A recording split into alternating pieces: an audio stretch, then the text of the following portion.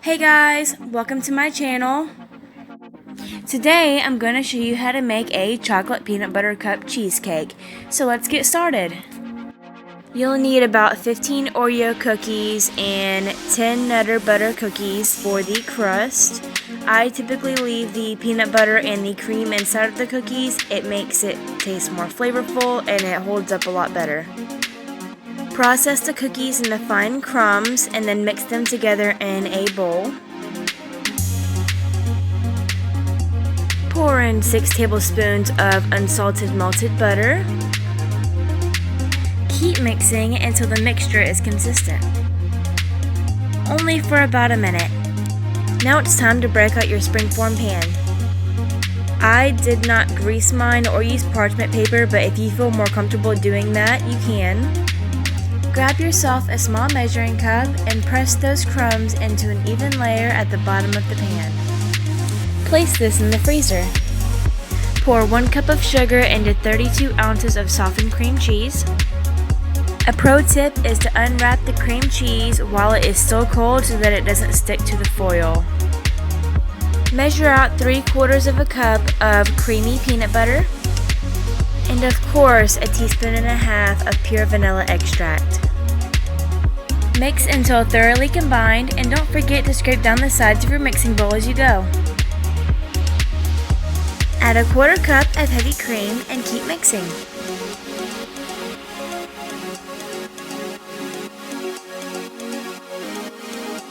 You will now need 4 large eggs. Only beat these in one at a time and until just combined. If you overmix these, your cheesecake might end up cracked. Tear off a few pieces of aluminum foil and wrap your pan up very tightly. Be careful not to rip a hole or else you'll end up with a soggy crust. Pour your cheesecake batter into the pan and spread it out as even as you can get it. Bake this in a water bath at 350 degrees for about an hour or until the sides are set and the middle is still jiggly. Next, you'll need a 4-ounce Semisweet Baking Bar and half a cup of heavy cream. Mine is a little broken up, but that's okay. We're chopping this up anyways. Right now we're making ganache, so the finer that you chop this up, the easier it's going to be to melt. Transfer your chocolate to a medium bowl and heat your cream up in a saucepan over low heat until it starts to simmer. Try not to cook the cream or you may curdle it. Let the mixture sit for a minute or two and then give it a good stir. If after a few minutes it still doesn't want to melt, try to refrain from placing this in the microwave. You can instead put it over a double boiler on the stove. You'll need to make this cheesecake a day ahead because it needs to cool in the refrigerator overnight to set properly.